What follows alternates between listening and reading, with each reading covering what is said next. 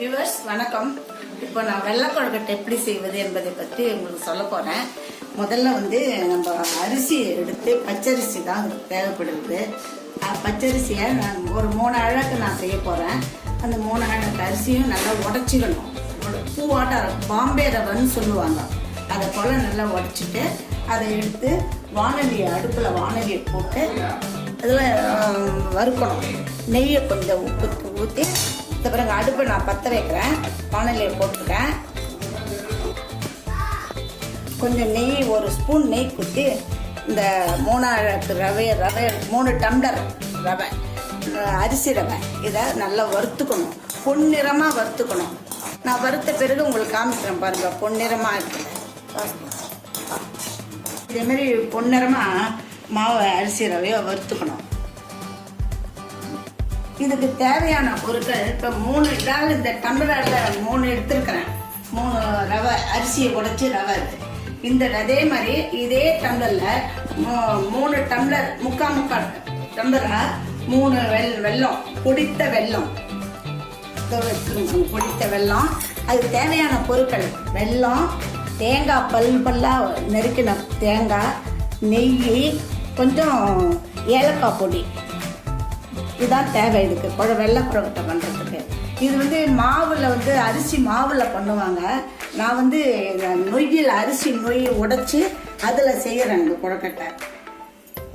இப்போ அடுத்தது தேங்காய் உழுது பாருங்க. பல்லாக நெருக்கி வச்சுருங்க பாருங்க. இந்த தேங்காயில் கொஞ்சம் நெய்யை குத்தி வதக்கிடுங்க. இது வதக்கிட்டு காமிக்கிறேன் பாருங்க. இதை பாருங்க, இதை வதக்க போகிறேன்.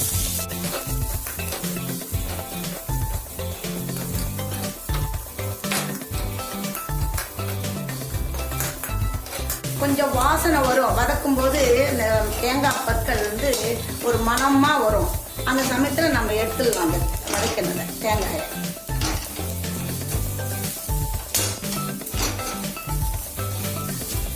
நல்ல கொஞ்சம் இதுவாக கைவிடாமல், இல்லாட்டா காந்தி போயிடும். அப்படியே நீங்கள் வச்சுட்டோம்னா காந்தி போயிடும். அந்த அடியில் கருப்பாயிடும் தேங்காய். அதனால இப்படியே கைவிடாமல் நம்ம வதக்கினோம்னா நல்ல ஒரு வாசனை, ஒரு மணமாக இருக்கும். அந்த தேங்காய் வாசனை மனம் வரும். அந்த சமயத்தில் எடுத்து ஒரு இதில் பாத்திரத்தில் போட்டுடுங்க. வானலியை அடுப்பை ஹீட் பண்ணி 2 டம்ளர் தண்ணி, 2 டம்ளர் தண்ணி எடுத்துட்டு இதால் முக்காட்டம் இதுவாக சொன்னேன் நான். வெல்லம் இந்த பாருங்க.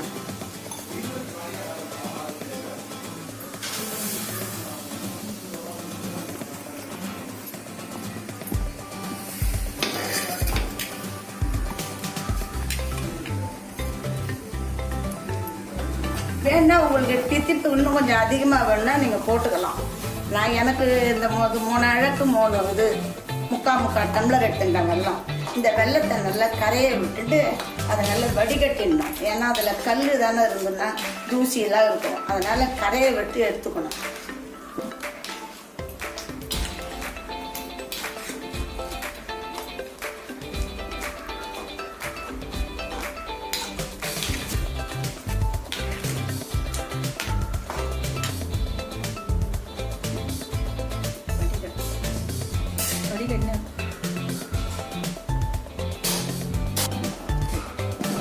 இப்போ பாருங்க, இந்த வெல்லம் நல்லா கரைஞ்சி இப்போ என்ன பண்ணணும், இதை வடிகட்டணும். ஏன்னா அதில் மண், தூசி இதெல்லாம் இருக்கும். அதனால நல்லா வடிகட்டிடணும். வடிகட்டிட்டு இந்த வானலியை திரும்பவும் அடுப்பில் வச்சு இந்த வெல்லம் தண்ணி இருக்கு இல்லையா, இதை எடுத்து அதில் குத்தணும்.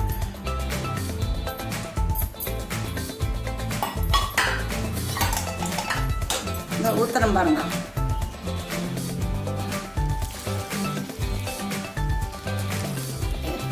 இதில் ஏலக்காய் பொடி போடணும். கொஞ்சம் மணத்துக்கு ஏற்றா போல் உங்களுக்கு எவ்வளோ மணமாக இருக்குமோ அவ்வளோ, ஒரு 1/4 ஸ்பூன் இல்லை 1/2 ஸ்பூன் ஏலக்காய் பொடி போடணும்.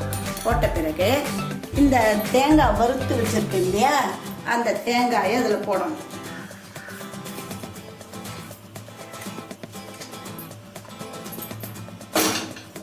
போட்டு லேசாக கொஞ்சம் கொதி வரணும். இந்த சுண்டல் ஒன்று சொல்லாமல் விட்டுட்டேன் உங்ககிட்ட.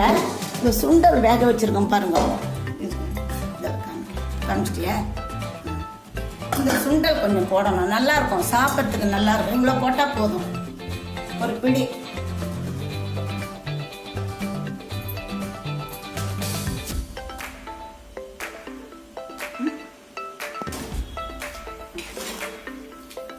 நொய் வறுத்து வச்சிருக்கல, அந்த நொய்யை கொட்டி கலரணும்.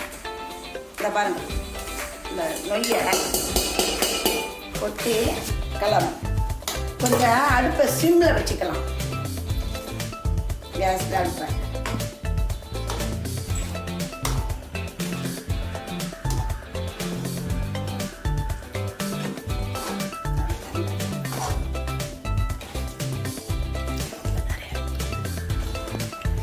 நல்லா சுண்டின பிறகு உங்களுக்கு காமிக்கிறேன் பாருங்க எப்படி வருது. நொய் எப்படி கெட்டியாயிடும், அதை செய்த பிறகு உங்களுக்கு காமிக்கிறேன். இப்போ அதை பாருங்க, நல்லா இது பண்ணிட்டேன்.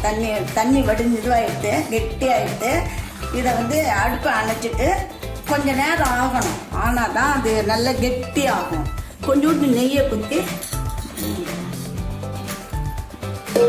ஒரு 2 ஸ்பூன் நெய் குத்திக்கலாம். நல்லா கொழக்கட்டை நல்லா வாசனையாக இருக்கும்.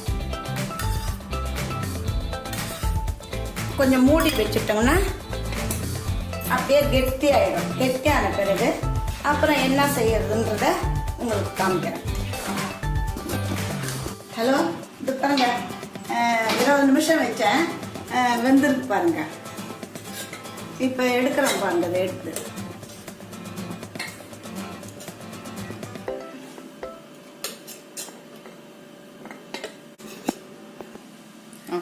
அது ரவையில், அரிசி ரவையில் செய்த கொழக்கட்டை இது. இந்த பாருங்க, உள்ளெல்லாம் நல்லா வெந்திருக்கு பாருங்க. சாப்பிட்றதுக்கு நல்ல சுவையாக நல்லா இருக்கும். சாப்பிட்றதுக்கு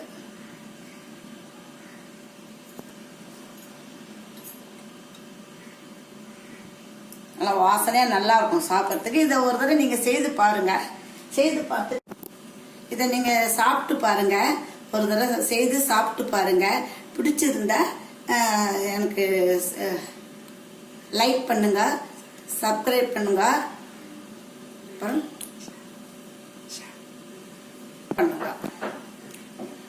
வணக்கம்.